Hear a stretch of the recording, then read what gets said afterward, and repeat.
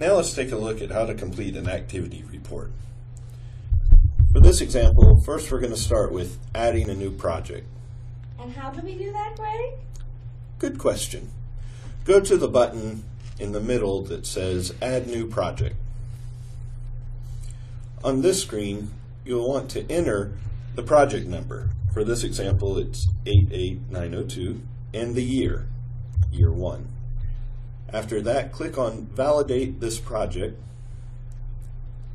and once the information populates, you'll have the option to add this project. Now you'll see the project has been added to the. Our sample employee served on committees and worked on proposals for 80% of her time. So we will enter 80 in the non-sponsored line in the other university activity category. She also worked on a few projects. So in project 85105, she worked 10%, which we'll enter in the sponsored and university projects category. In 88902, she worked 5%. And in 89207, she worked 5%. After entering these numbers, we will click the Save Values button.